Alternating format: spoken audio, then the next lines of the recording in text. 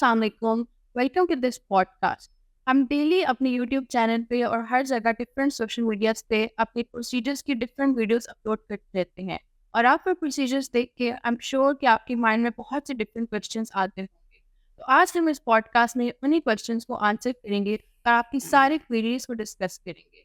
तो I like to welcome doctor Sakina with us today और I request sir Rahil to start with the questions. अच्छा ma'am, हम ज़्यादातर ये फेस करते हैं कि पेशेंट्स आते हैं और वो हमसे पूछते हैं कि what is skin rejuvenation. So I am asking to you what is skin rejuvenation? Very valid question Raheel, क्योंकि हम बहुत सारी दफ़ा बहुत सारे वीडियोस में स्किन रिजुविनेशन का जिक्र करते हैं और rejuvenation is a little bit of a difficult term for most of the people. So skin rejuvenation basically means improvement in the quality and the texture of the skin. वो तमाम तरीके जिसमें आपकी स्किन की अपनी जो बेसिक लेयर्स है या जो स्किन की क्वालिटी है उसको एनहांस करना, जिसमें आपकी स्किन का टेक्सचर, उसके अंदर स्किन का कलर और स्किन के ऊपर जो भी बम्प्स बन जाते हैं या स्किन के ऊपर लाइंस और रिंकल्स बन जाते हैं या जो स्किन के ऊपर सैगिनेस आ जाती है, इन सारी चीज़ों की इम्प्रूवमेंट या इस सारे प्रॉब्लम्स को सॉल्व करने के टर्म्स को अगर हम कॉइन कर दें या उसको एक जगह पे इकट्ठा करें तो उसको हम कहते हैं स्किन रिजुविनेशन. राइट, तो स्किन रिजुविनेशन के लिए बेसिकली मैम किस एज ग्रुप से ये स्टार्ट हो रही है? Like there are different ages like teenage है, फिर एल्डर्स हैं, 20s की सीरीज़ है, 30s की सीरीज़ है, 40s की सीरीज़ है। तो किस एज ग्रुप से ये हम स्टार्ट करना चाहिए? इस सवाल का जवाब मैं इस तरह से देना चाहूँगी राहील कि हम इसको ना फिर डिवाइड कर देंगे into pre rejuvenation and rejuvenation. अब प्री रिजुविनेशन जो है वो आपकी स्टार्ट होती है from teen age to the adult age which is 30 years तक. ठीक है, why this age group because आपके टीन एज से लेके 30 साल तक, या अब थोड़ा सा ये एज ग्रुप और कम हो गया है कि 25 साल तक आपकी स्किन के अंदर से कोलेजन बनने की जो रफ्तार है वो अच्छी होती है, वो ज़्यादा होती है और 25 साल के बाद कोलेजन आपका डिग्रेड होने लग जाता है, ठीक है? तो वो एज ग्रुप जो आपका टीन वाला है और 25 टू 30 इयर्स तक की जो एज ग्रुप है वो कैटेगरी होती है जिनके अंदर हम प्री रिजुविनेशन कर सकते हैं. अब प्री रिजुविनेशन का मतलब ये है कि हम वो प्रोसीजर्स या वो तरीके करें कि आपकी स्किन के ऊपर lines, wrinkles, open pores, sagginess और इस तरह के प्रॉब्लम्स अव्वल तो बने ही ना, और अगर बने तो कम बने. तो ये प्री रिजुविनेशन कहलाएगी. और फिर हमारी एज कैटेगरी आ जाती है 30 एंड अबव. उसके अंदर फिर हमें रिजुविनेशन करनी पड़ती है, यानी कि फिर अब हमने स्किन को प्रॉपरली एड्रेस करना है. प्रॉब्लम ऑलरेडी आ गया है, लाइंस रिंकल्स ऑलरेडी बन गए हैं, हमने अब उसको भी ठीक करना है और जो साथ साथ डैमेज हो रहा है हमने उसको भी ठीक करना है. तो प्री रिजुविनेशन में it's kind of a preventive method, not to let the skin to fall into this category कि वहाँ पर जाके आपकी स्किन इतनी ख़राब हो जाए कि अब हमें इन्वेजिव या मिनिमली इन्वेजिव प्रोसीजर्स पे जाना पड़े. हम पहले ही अपनी स्किन केयर रूटीन या मिनिमली इन्वेजिव प्रोसीजर्स या एनर्जी बेस्ड डिवाइसेस के ज़रिए आपकी स्किन को या उसकी क्वालिटी को इतना अच्छा करे कि आपको बहुत ज़्यादा 30 या 40 साल में जाकर स्किन के ऊपर एजिंग के साइंस नज़र ना आए. और जब एक दफ़ा ये प्रॉब्लम आ जाता है तो फिर उसके बाद हमारा ट्रीटमेंट प्लान थोड़ा-सा चेंज हो जाता है. फिर उसके अंदर हम प्रॉपर रिजुविनेशन के सारे मेथड्स का इस्तेमाल करते हैं. मैम, ये जो आपने प्री रिजुविनेशन बताई है, इसमें आप कौन-कौन से मेथड्स आ जाते हैं? लाइक इसमें आप क्या-क्या कर सकते हो कि आप आगे वैसे जो आपने मिनिमल इन्वेसिव ट्रीटमेंट्स का बताया है, ताकि उस तरफ ना जा सकें? Like what comes under the pre rejuvenation treatment? बेटा उसमें ना स्टार्ट होता है हमारा from skin care routine and lifestyle. The problem is that कि हमारे जो टीन एज के ग्रुप है उसके अंदर starting from our diet and then the sleep pattern and the stress level, ये 3 बहुत इंपॉर्टेंट और बड़े बेसिक से आपके ह्यूमन नीड्स है जिसके अंदर अक्सर निगलेक्ट देखा जाता है. और हमारे टीन आजकल हर तरह के स्ट्रेस को भी फेस कर रहे हैं और उनकी स्किन के ऊपर जो है वो बहुत सारे जो फैक्टर्स है वो असरअंदाज हो रहे हैं और उसकी वजह से उनकी ना डाइट प्रॉपर है, ना नींद प्रॉपर है और वो चीज़ें आपकी स्किन की क्वालिटी पे बहुत बुरी तरह से असरअंदाज होते हैं. फिर आती है आपकी स्किन केयर रूटीन. ठीक है, अब स्किन केयर रूटीन में जो एक चीज़ मैं हमेशा बहुत ज़्यादा एम्फेसाइज करती हूँ और वो है सन प्रोटेक्शन.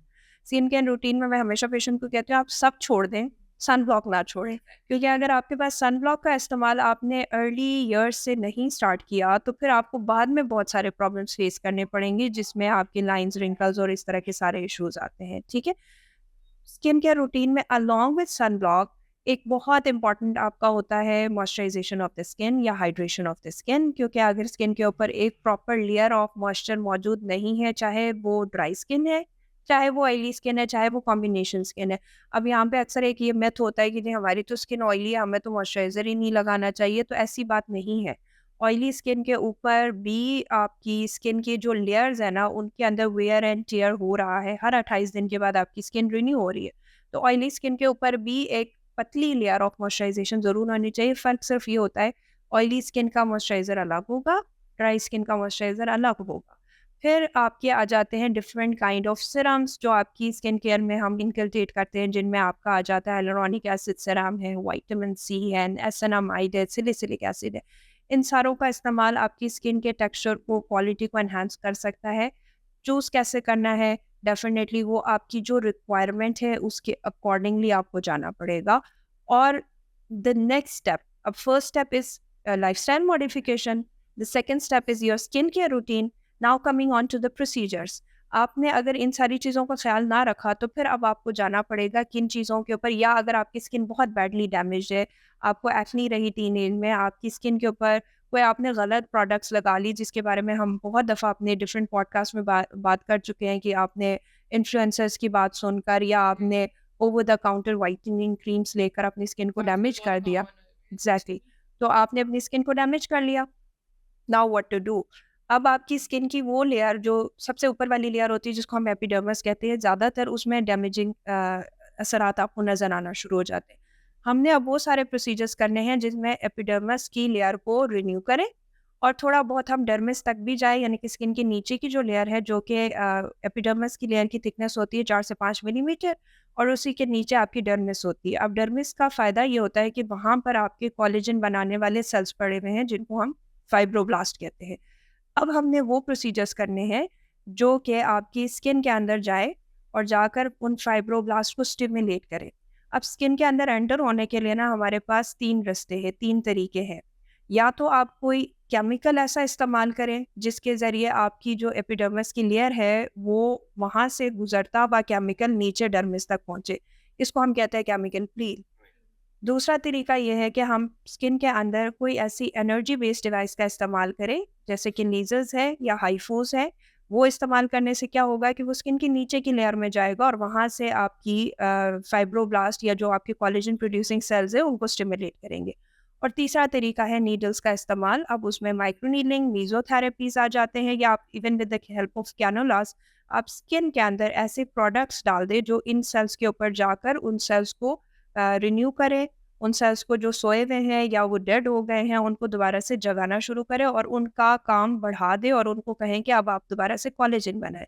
तो in short it is a holistic approach. It's not like कि आपने सिर्फ और सिर्फ स्किन केयर रूटीन कर ली और आपने सिर्फ अपनी डाइट इम्प्रूव की तो आपकी स्किन बहुत अच्छी हो जाएगी।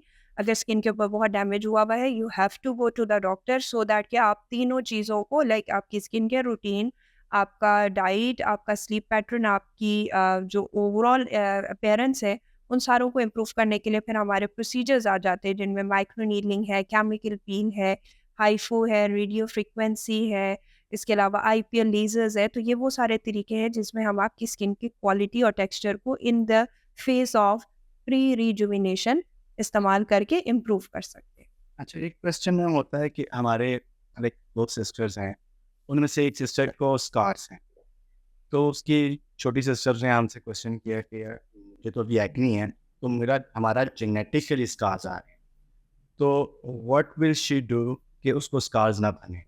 ऐसा कौन सा प्रोसीजर हो सकता है कि उसको पहले ही हम ट्रीट करके स्कार्स ना बने? राहिल, आपने देखा होगा कि मेरे पास जब भी कभी कोई एक्ने का पेशेंट आता है ना, तो मैं उनको ये बात कहती हूँ कि एक्ने से हम नहीं डरते, ठीक है? Acne is not our problem, problem is the scarring. Why acne is not our problem? क्योंकि we all of us know that कि अगर आप एक्ने को ट्रीट नहीं भी करेंगे ना, तो कभी ना कभी दाने ठीक हो ही जाते हैं। ऐसा नहीं होता कि किसी के मुँह पे सारी ज़िंदगी दाने भरे ही रहे, उतनी शिद्दत गिरे। दाने खुद ब खुद भी ठीक हो सकते हैं। प्रॉब्लम जो है ना वो एक्ने स्कार्स है, क्योंकि अगर आपने टाइमली दानों को ठीक नहीं किया तो वही दाने जिनका साइज बड़ा था, जिन्होंने ना सिर्फ एपिडर्मिस को डैमेज किया बल्कि डर्मिस को भी डैमेज कर दिया। जब डर्मिस डैमेज होगी तो वहां से आपकी कोलेजन भी उड़ना शुरू हो गई, स्किन के अंदर खटा बन गया। और जब एक दफ़ा स्कार बन जाए तो स्कार को 100% किसी भी तरीके से आप इम्प्रूव नहीं कर सकते। Yes, you can improve it up to 70 to 80%, और वो भी फिर किसी क्रीम या खाने की दवाई से नहीं हो सकेगा। उसके लिए आपको जाना पड़ेगा नीडल्स के ऊपर, सुइयों के ऊपर, प्रोसीजर्स के ऊपर, जिसमें आपका खर्चा भी होगा, आपको पेन भी होगा। So the most important step in the, जो आपका सवाल था कि ऐसा क्या तरीका है कि हमारी स्किन पे स्कार्स ना बने, वो treatment of the acne in the early phases है। लोग क्या गलती करते हैं कि वो ट्रीटमेंट लेने के लिए बहुत देर कर देते हैं। वो कोई ना कोई घर में टोटके करते रहेंगे, हाँ जी हमारे तो जेनेटिक टेंडेंसी है, सारों को दाने होते हैं, वक्त के साथ खुद ही ठीक हो जाएंगे। लेकिन जो वक्त के साथ खुद ठीक होते हैं वो बहुत बुरे निशानात छोड़ जाते हैं। तो it is always wise to treat the acne as early as possible, क्योंकि आप जब एक्नी को ट्रीट करेंगे ना, तो ना उसके निशानात बनेंगे, ना उसके बहुत ज़्यादा खड्डे बनेंगे। और अगर थोड़े बहुत बन भी जाते हैं ना, तो फिर हम बहुत माइनर से procedure, something like even micro needling और पीआरपीस के साथ भी हम उसको इम्प्रूव कर सकते हैं। बट अनफॉर्चुनेटली अब हो ये रहा है कि patients are not treating their acne very early, और जब एक दफ़ा बहुत स्किन ख़राब हो जाती है ना, then they just rely on to PRP and microneedling. अब बहुत ज़्यादा जो एक्ने स्कार्स हो जाए, डीप स्कार्स होंगे ना, तो उस पे अकेले पीआरपी और माइक्रोनीडलिंग इतना काम भी नहीं करेगा। ऐसे पेशेंट्स को फिर हम कॉम्बिनेशन अप्रोच पे डालते हैं। उसके लिए हमें सब्सिजन भी करनी पड़ती है, कभी-कभार हमें नैनो फैट ग्राफ्टिंग करनी पड़ती है, साथ में CO2 लेज़र्स है, पीडीओ थ्रेड्स है। तो ये सारे जो ऐसे minimally invasive procedures to some kind of invasive procedures as well, जिसमें स्किन के अंदर से कोलेजन की क्वांटिटी ज़्यादा बने, ये आपको प्रोसीजर्स करने पड़ते हैं। एक और इम्पॉर्टेंट बात इसमें ये होती है, टीनेजर्स को ना they have some kind of anxiety and stress, and उन सारी चीज़ों की वजह से अपने चेहरे को छेड़ते भी बहुत ज़्यादा है वो। तो अगर प्रिवेंशन की बात करें ना कि ऐसा क्या किया जाए कि आपके दाने हों तो उसका स्कार्स ना बने, तो आपने अपने चेहरे को बिल्कुल हाथ नहीं लगाना, उसको छेड़ना नहीं। अगर आपका दाना बन रहा है तो फिर आपने उसको छोड़ देना है। खुदारा उस दाने की जो है ना उसकी पीछे नहीं पड़ जाना है, क्योंकि उसको छील-छील के होता ये है कि आप जब उसको स्क्वीज़ करते हैं, प्रेस करते हैं, तो उसका थोड़ा बहुत कंटेंट बाहर को निकल जाता है और काफ़ी सारा कंटेंट स्किन के अंदर चला जाता है। जब वो स्किन के अंदर जाएगा ना, तो वो अंदर ज़्यादा इन्फ्लेमेशन करेगा और अंदर ज़्यादा प्रॉब्लम करेगा, और वहाँ पर फिर आपको स्कार बनने के चांसेस ज़्यादा होंगे, और ऐसे पेशेंट्स को ठीक करना भी मुश्किल। और एक टर्मिनोलॉजी होती है जिसको हम कहते हैं एक्ने एक्सपोरी। एक्ने एक्सपोरी तब बनती है जब आपके दाने तो 2-4 थे, लेकिन आपने उसको छेड़ के अब आपकी स्किन एक रिएक्टिव फेज़ में चली जाती है, और उस छेड़ने की वजह से या उस स्क्रैचिंग की वजह से बार-बार दाने बनते रहते हैं। तो ये 2-4 पॉइंट्स हैं, and definitely lifestyle modification is also very important to prevent acne. Acne नहीं होगी तो स्कारिंग भी नहीं हो। एक और क्वेश्चन मैम जो ज़्यादातर हम देखते हैं कि ना पेशेंट्स को मेलास्मा या पिगमेंटेशन आ रही है और वो कहते हैं कि बस हमें आ गई है हाँ। और वो जा भी नहीं रही, हमने डिफरेंट ट्रीटमेंट्स करवाए हैं। तो इन पेशेंट्स के लिए क्या सजेशन या क्या एडवाइस हो सकती है? तो मेलास्मा को कंट्रोल मतलब आने से पहले कैसे कंट्रोल किया जा सकता है? मेलाज़्मा आपका तभी ज़्यादा ट्रिगर होता है राहील, जब आपकी स्किन की क्वालिटी अच्छी नहीं होगी। So you always need to improve the skin quality. जब हम मेलाज़्मा को ट्रीट कर रहे होते हैं, इन माय अप्रोच, मेरा क्या तरीका होता है, why most of our patient with melasma they are happy with the results, is that कि हम मेलाज़्मा के पीछे नहीं भागते, हम पिगमेंट के पीछे नहीं भागते हैं, हम भागते हैं स्किन के सेल्स की हेल्थ के ऊपर। जब आपकी स्किन का एक-एक सेल हेल्दी होगा और एक-एक सेल के ऊपर सही से न्यूट्रिएंट्स पहुँचेंगे, और अंडरलाइंग कॉज़ को आप ट्रीट करेंगे। अब प्रॉब्लम ये होती है मेलाज़्मा के अंदर कि क्योंकि मेलाज़्मा 90% हमारी फीमेल्स को होता है, और फीमेल्स के अंदर हार्मोनल चेंजेस, फीमेल्स के अंदर आयरन डेफिशिएंसीज़, फीमेल्स में stress level, birth control pills, and conceive करने के लिए जो मेडिकेशंस ली जाती है, ये सारे वो तरीके हैं, और during pregnancy and definitely after delivery, वो सारी चीज़ें जिसकी वजह से आपका मेलाज़्मा ज़्यादा होता है। और इन सारी चीज़ों का एंड रिज़ल्ट क्या होता है? इन सारी चीज़ों का एंड रिज़ल्ट ये होता है कि आपके जो स्किन के सेल्स हैं ना, उन तक खुराक नहीं पहुँच रही है, उन तक न्यूट्रिएंट्स नहीं पहुँच रहे। और जब तक आप एक-एक स्किन के सेल को जाकर खुराक नहीं खिलाएँगे, स्पून फीडिंग नहीं करेंगे, तब तक वो सेल रिप्लेनिश नहीं होगा, तब तक वो सेल जो है वो रिएक्टिव फेज़ से नहीं निकलेगा। पिगमेंट तभी प्रोड्यूस होता है। बेसिकली देखें, मेलास्मा या जो पिगमेंटेशन है ना स्किन के ऊपर, it is a defence system of your body, ठीक है। स्किन के ऊपर जब धूप ज़्यादा लगे या कोई कट लग जाए या कोई चोट लगे तो उसके ऊपर पिगमेंट क्यों बनता है? पिगमेंट इसलिए बनता है क्योंकि आपके जो स्किन के सेल्स होते हैं ना, उसने अपने आप को फर्दर डैमेजेस से बचाना है। तो उस डैमेज से बचाने में ना स्किन 2 काम करती है। या तो वो पिगमेंटेशन ज़्यादा करना शुरू कर देगी, स्किन के सेल्स का कलर अगर डार्क होगा ना तो वो अल्ट्रावायलेट रेडिएशन के बैड डैमेजेस से बचा रहता है। आपका डीएनए जो है वो प्रोटेक्ट हो जाता है from ultraviolet radiations A and ultraviolet radiations B. जितना डार्कर स्किन टोन होता है ना, आपने देखा होगा कि उनकी स्किन के ऊपर फाइन लाइंस, रिंकल्स कम होते हैं। जितना फेयर कलर होता है, उनकी स्किन के ऊपर एजिंग के साइंस जल्दी आते हैं, इसलिए क्योंकि उनके स्किन के अंदर एक वो जो प्रोटेक्शन की लेयर है ना थ्रू द पिगमेंट, वो कम होती है। तो आपका बेसिकली मेलास्मा या pigmentation is a defence system. That means कि आपकी बॉडी में कुछ ऐसा हुआ था जिसकी वजह से ये पिगमेंट आ रहा है। तो हमने वो जो वजह है उसको भी ठीक करना है, और उसके अलावा हमने स्किन के सेल्स को भी ठीक करना है। और स्किन के सेल्स को ठीक करने के लिए फिर हम डिफरेंट तरह के इंग्रेडिएंट्स इस्तेमाल करते हैं, जो ज़्यादातर, अगेन जैसे मैं कह रही हूँ कि स्किन के अंदर घुसने के लिए हमें रास्ते चाहिए। अब वो रास्ते हमारे नीडल्स के ज़रिए हो सकते हैं, वो रास्ते हमारे पील्स के ज़रिए हो सकते हैं, वो लेज़र के ज़रिए हो सकते हैं। लेकिन जब हम मेलास्मा की ट्रीटमेंट करते हैं ना, तो टॉप प्रायोरिटी ये होती है कि आपने मज़ीद डैमेज नहीं देना।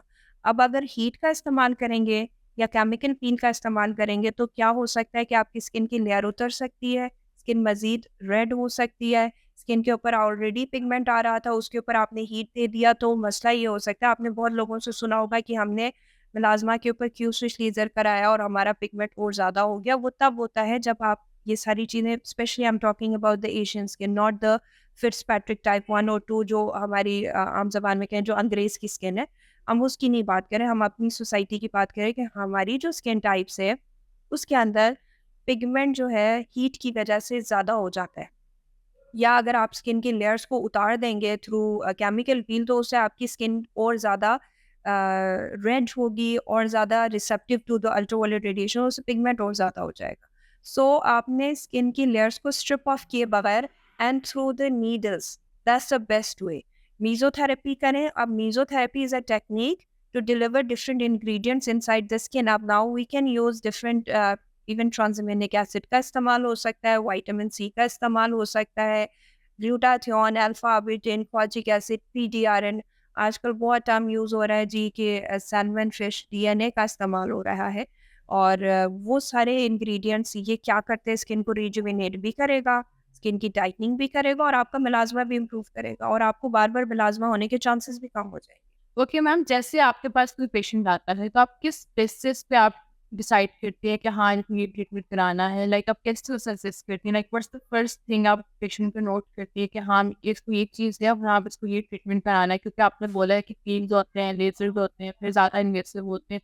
किस स्टेज पे आप कौन सा ट्रीटमेंट रिकमेंड करती हैं? डॉक्टर अमशा, उसमें होता इस तरह से है कि हमारे पास जब पेशेंट आता है तो डेफिनेटली तभी आता है जब उसको कोई ना कोई प्रॉब्लम होगी या कोई ना कोई कंप्लेन होगी, ठीक है। तो हमारा तरीका ये होता है कि हम सबसे पहले पेशेंट को कहते हैं कि आप अपना कंसर्न बताएं। पहले उनका कंसर्न सुनते हैं, उसके बाद जो है हम फिर उनकी स्किन को प्रॉपर एग्जामिन करते हैं, उनकी प्रॉपर हिस्ट्री लेते हैं, उनका लाइफस्टाइल, उनकी स्लीप पैटर्न, ये जो सारी बातें हमने प्रीवियसली किया उन सारों के ऊपर उनसे एक डिस्कशन होती है। और ये सारा कुछ करने के बाद फिर हमारा अगला सवाल अक्सर ये होता है, और जो मैं बहुत दफ़ा पेशेंट से पूछती हूँ, do you have any time duration in your mind for that particular result that you want? For example, अगर मेरे पास कोई पेशेंट आती है कि मुझे फोरहेड पे लाइंस है और रिंकल्स है and I want to get rid of them, so I will ask her कि आपके जहन में कोई इसके लिए ट्रीटमेंट प्लान है या आपके जहन में कोई टाइम ड्यूरेशन है कि मुझे 2 हफ्ते के बाद रिजल्ट चाहिए? शादियों का सीजन है और एग्जैक्टली, क्विक लाइक वो चाहते हैं, रिजल्ट यस। चाहते हैं। तो अगर आपके ज़हन में ये चीज़ें, शादी के सीज़न में ख़ास तौर पे ये सवाल बहुत इम्पोर्टेंट होता है, क्योंकि जो हम प्रोसीजर डिसाइड करेंगे ना, वो डिपेंड करेगा आपके टाइम ड्यूरेशन के ऊपर, वो डिपेंड करेगा आपके बजट के ऊपर एंड वो डिपेंड करेगा आपकी एक्सपेक्टेशंस के ऊपर कि what kind of result do you want. अब कुछ प्रोसीजर्स तो हमारे ऐसे हैं जिनके अंदर हम कहते हैं कि आपका अपना नेचुरल जो सारा कुछ है वो एनहांस होगा, and you might not see very drastic changes. It will just improve your collagen protection. For example, जो से कि आप skin boosters का इस्तेमाल करते हैं या आई ई डार्ट लगा रहे हैं या आई ई स्टेम सेल्स दे रहे हैं, ये सारे वो तरीके हैं जिसमें आपका अपना natural production of collagen and natural production of glutathione and everything will enhance and you will get an overall good quality skin. But अगर पेशेंट कहता है कि नहीं, I want a particular type of result, something like eyebrow lift, and I want to enhance the shape of my nose and I want a little bit of more fuller lips. For such patients, then the treatment plan will change. फिर ऐसे patients का हम क्या करेंगे कि हम उनको कहेंगे कि okay, we are going to do thread and fillers and Botox and things like that. So the most important step to decide क्या procedure होना है is between me and my client. We both sit together and फिर हम एक treatment plan device करते हैं. और कभी-कभार ऐसा भी होता है कि हमारा पेशेंट ने एक माइंड बना कर आया होता है. वो पहले से आके कहता है कि जी डॉक्टर सकीना, मैंने तो कराना ही कराना है नोज़ फिलर. मैंने इसके अलावा और किसी चीज़ पे जाना ही नहीं है. और इफ़ आई थिंक दैट कि इनको नोज़ फिलर से इतना फ़ायदा नहीं होगा, इनको नोज़ थ्रेड्स की ज़रूरत है, थ्रेड से इनको फ़ायदा ज़्यादा होगा, तो फिर मैं पेशेंट के पास बैठूँगी, उनको बताऊँगी कि फिलर से क्या-क्या फ़ायदे होंगे और थ्रेड से क्या-क्या फ़ायदे होंगे. And then definitely I am going to show her the previous results of my patients जो हमने किए हुए होते हैं उनके ऊपर थ्रेड्स और फिलर्स, और फिर हम उनको एक we chop into the whole process. It's never like कि पेशेंट आएगा और मैं कहूँगी कि हाँ जी बस जी ये मैंने कह दिया है तो यही प्रोसीजर होना है. तो वो पेशेंट और डॉक्टर दोनों डिसाइड करेगा. और बहुत ज़्यादा जो इसका फाइनल डिसीजन होता है ना, वो also depends on your budget as well. अब बजट के ऊपर भी लोगों को बड़ा इसमें वो होता है कि जी skin care is very very expensive या इस तरह की बातें होती हैं. तो definitely it is a luxury and luxury is always expensive. And when we talk about good quality, expense देखें, एक्सपेंसिव चीज़ के लिए there should be a definition. What is expensive? Expensive चीज़ मैं कहूँगी वो होगी जो कि आप सस्ते में बेशक करा लें, लेकिन उसको आपसे उस प्रोसीजर से आपको कॉम्प्लिकेशंस हो जाए, आपको रिजल्ट ना आए, that will be a more expensive thing for you. Expensive would not be something which you will spend your money and you will get the result. अगर आपको जो आपने पैसा लगाया, अपना 1.5 लाख लगा लिया, लाख लगा दिया, और उसके बाद आपकी स्किन बहुत अच्छी हो गई, आपको बहुत उससे खुशी मिली, आप उससे बहुत सेटिस्फाई हुए, आपकी कॉन्फिडेंस बहुत अच्छा हो गया, आप लोगों से घुलना मिलना आपका अच्छा हो गया, आपकी नींद अच्छी होगी, तो that would not B an expensive procedure. लेकिन फॉर एग्जांपल आपने 10,000 का प्रोसीजर करा लिया और उसके बाद पूरे 2 महीने की आपकी नींदें उड़ गई और आपके दाने बनना शुरू हो गए, आपकी स्किन डैमेज होने लग गई और आप सारा टाइम मुँह छुपा कर फिर रहे हैं और लोगों के सामने नहीं जा रहे, लोगों से मिल नहीं पा रहे, that is an expensive procedure.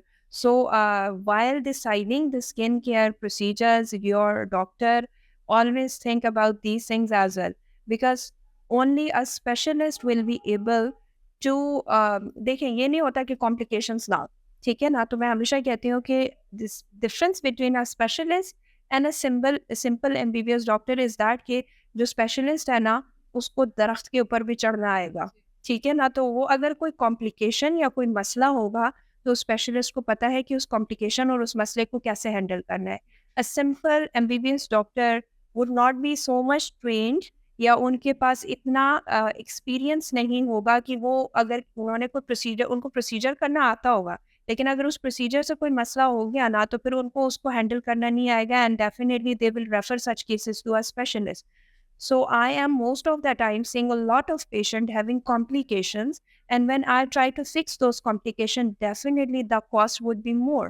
फिर आपके वो 10,000 के बजाय आपके वो 10 लाख चले जाएंगे, ठीक अब है. जैसे मैं बोटॉक्स और फिलर के तो आपने अपनी प्रीवियस वीडियो में उसके साइड इफ़ेक्ट्स के बारे में या उसकी कॉम्प्लिकेशंस के बारे में बताया हुआ है. तो व्यूअर्स से मैं ये कह सकता हूँ कि वो जाके उनको सर्च करके ये साइड इफ़ेक्ट्स या जो भी कॉम्प्लिकेशंस हैं वो देख सकते हैं. मेरा आपसे क्वेश्चन है कि किन पेशेंट्स को ज़रूरत नहीं होगी बोटॉक्स और फिलर की, या वो कौन सा टाइम है कि बोटॉक्स और फिलर के बगैर भी हम कंटूरिंग कर सकते हैं या प्रोफाइलिंग कर सकते हैं पेशेंट्स की, कौन से ऐसे प्रोसीजर्स हो सकते आ, इस पे मैं ये कहूँगी कि इट्स नॉट लाइक कि किसी को ज़रूरत है या नहीं है. It all depends on the skin condition, ठीक है. अगर किसी की स्किन क्वालिटी बहुत बुरी भी है, ठीक है. स्किन क्वालिटी बुरी कैसे पता लगेगी कि स्किन क्वालिटी अच्छी नहीं है? बहुत ज़्यादा आपकी लाइंस रिंकल्स बन गए and you have crossed your age something in above 60 age, ठीक है. ऐसे जो 60 एंड अबव के जो एजेस होते हैं ना, उन पे मैं हमेशा कहती हूँ, मैं उनको एक ही बात कहती हूँ, अगर आपको बहुत अच्छे रिजल्ट चाहिए, एक्स्ट्रा ऑर्डिनरी रिजल्ट चाहिए, प्लास्टिक सर्जन के पास चले जाएँ। मैं बहुत रेफरल्स करती हूँ। ब्लेफरोप्लास्टी करा लें, आईलिड ड्रूप हो रहा है, आपकी यहाँ पे बैग्स बन गए हैं, आपने जाना है प्लास्टिक सर्जन के पास, क्योंकि अगर मैं इस जगह पर बोटॉक्स लगा दूँ जहाँ पे आपका स्किन ऑलरेडी बहुत लूज़ है, बोटॉक्स ने तो उस मसल को और रिलैक्स कर देना है, उससे आपको मज़ीद प्रॉब्लम्स आएँगे, उससे आपकी स्किन अच्छी नहीं होगी। और अगर आपने ब्लेफरोप्लास्टी या इस तरह की चीज़ की तो आपको रिज़ल्ट भी बहुत अच्छा मिलेगा। सेम इसी तरह से फिलर के लिए वो patient is not an ideal candidate जिनकी एज बहुत ज़्यादा है, उनकी स्किन की क्वालिटी इज़ नॉट गुड, हम फिलर डालेंगे, उनकी स्किन और लूज़ हो जाएगी, लटक जाएगी। उनका क्योंकि अंडरलाइंग जो बोन है वो भी वीक हुई भी है, उनके फैट नीचे की तरफ हर्निएट करना शुरू हो गया है और उनका वॉल्यूम नीचे की तरफ बहुत ज़्यादा गिर गया है, या बहुत ज़्यादा वॉल्यूम जिसको हम सैगिनेस बोल रहे होते हैं। तो हम जब तक उसको रिस्टोर या रीपोज़िशन करेंगे, तब तक आपको फिलर नहीं आइडियली लगाना चाहिए। रीपोज़िशनिंग के लिए हम हाइफू का इस्तेमाल कर सकते हैं, रीपोज़िशनिंग के लिए हम थ्रेड्स का इस्तेमाल कर सकते हैं, और हमारे पास पीएलएलए और पीसीएल बेस्ड ऐसे बायोस्टिमुलेटर्स होते हैं, समथिंग लाइक लेनोवा और एलांजे, वो प्रोडक्ट्स हैं, या मीन्स कप्टा, जिनके इस्तेमाल से हम आपकी स्किन क्वालिटी इन्हांस करेंगे। उसके बाद अगर पेशेंट को लगता है कि मेरी स्किन अभी भी, चीक वाला एरिया मेरा अभी भी हॉलो फील हो रहा है, तब हम फिलर लगा सकते हैं। और इसी तरह से हम फोरहेड के किसी के बहुत डीप लाइंस होते हैं, जिनको हम कहते हैं डायनामिक और स्टैटिक लाइन्स। अब जो डायनामिक लाइन्स होते हैं वो होते हैं जब आपने एक्सप्रेशंस दिए तो लाइन्स आ रहे हैं। स्टैटिक लाइन्स वो होते हैं जब आपने एक्सप्रेशंस नहीं दिए, इवन देन गहरे-गहरे आपके यहाँ पे फरोज़ बने हुए, डीप लाइन्स बने हुए। ऐसे पेशेंट्स पे अगर आप सिर्फ बोटॉक्स करेंगे ना, तो patient would never ever be happy. वो कहेंगे कि जी मैं तो लाइन्स ठीक कराने आया था और इतना मैंने हज़ारों का खर्चा कर दिया और मेरे तो लाइन्स गए ही नहीं। तो फिर ऐसे केसेस में हमें बोटॉक्स करना है, बट उसके साथ-साथ हम उनको CO2 लेज़र रीसर्फेसिंग, स्किन रिजुविनेशन के लिए स्किन बूस्टर्स इंजेक्ट करेंगे, PDRN इंजेक्ट करेंगे, IV नैड उनको देंगे, या फिर हम IV stem cells and collagen producing products पे रखेंगे, सो दैट कि उनकी स्किन क्वालिटी इंप्रूव हो। फिर हम बोटॉक्स और फिलर करेंगे तो patient would be more happy. Okay sir, ma'am बहुत मज़ा आ रहा था हमें कि हम आपसे क्वेश्चन पूछ रहे थे। अभी भी हमारे पास बहुत से क्वेश्चंस हैं, लेकिन वो हम इंशाल्लाह नेक्स्ट पॉडकास्ट में आपसे पूछेंगे। मैं आपसे लास्ट क्वेश्चन बस ये करूँगी कि अपने सारे प्रोसीजर्स तो किसी ने करा लिए, ठीक है, आपने मल्टीपल प्रोसीजर्स का बताया। अब प्रोसीजर्स के बाद इन रिजल्ट्स को मेंटेन कैसे करेंगे हम लोग? लाइक कैसे हम लोग कर क्या प्रोसीजर्स कर सकते हैं आगे, या क्या हम लोग मेंटेनेंस कर सकते हैं? कैसे हम इनके रिजल्ट्स को आगे लॉन्ग टर्म तक ये रिजल्ट्स जा सके आगे?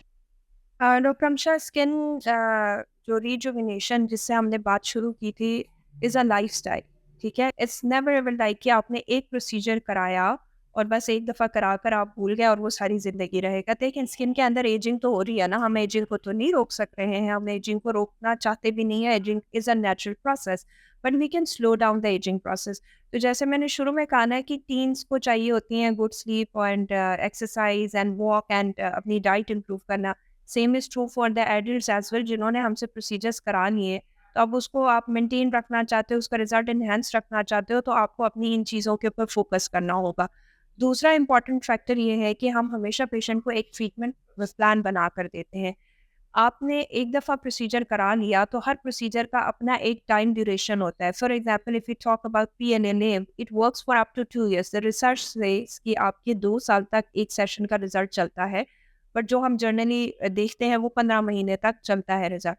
तो आपने एक दफ़ा प्रोसीजर करा लिया, अब आपने साल में 1 दफ़ा या 2 दफ़ा अपने डर्मेटोलॉजिस्ट के पास ज़रूर जाना है, सो दैट कि आपको जो माइनर प्रोसीजर्स हैं, जैसे कि माइक्रो नीडिंग हो गई या हाइफू हो गया या स्किन बूस्टर्स हो गए, एक आध ऐसा प्रोसीजर आप बीच बीच में ज़रूर लें ताकि आपकी स्किन मेंटेन रहे। आपके वो जो आपने एक दफ़ा इतना एक्सपेंसिव प्रोसीजर करा लिया, वो अब आपका एनहांस होता रहे, और जब आप कोई 2-4 दफ़ा इस तरह का प्रोसीजर करा लेंगे ना, फिर आपकी रिक्वायरमेंट ऑटोमेटिकली कम हो जाएगी, क्योंकि स्किन को आदत हो गई आप कोलेजन बनाने की। अब आपका अगर पहले साल में 3 या 4 विज़िट्स हो रहे थे, तो नेक्स्ट ईयर आपके साल में 2 विज़िट्स हो जाएँगे, और उससे नेक्स्ट ईयर शायद आपको साल में 1 ही दफ़ा डॉक्टर के पास जाना पड़े, just to give you a little bit of that results. So you have to maintain it. जैसे कि जिम के लिए आपको करना पड़ता है, आपने अगर सारा कुछ छोड़ दिया तो फिर ज़ीरो पे चले जाएँगे। Maintenance is the most important thing in when we talk about skin rejuvenation. Thank you very much ma'am, आपने अभी टाइम दिया, हमारे क्वेश्चंस के आंसर किए, और अभी कुछ क्वेश्चंस हमारे रहते हैं, इंशाल्लाह हम आपको नेक्स्ट टाइम भी ज़हमत देंगे। और ये हमारी वीडियो आप व्यूअर्स वॉच कर सकते हैं फेसबुक पे, यूट्यूब पे, इंस्टाग्राम पे एंड टिकटॉक पे। Please follow us and to get good information and for good procedures as well. Thank you very much. Thank you.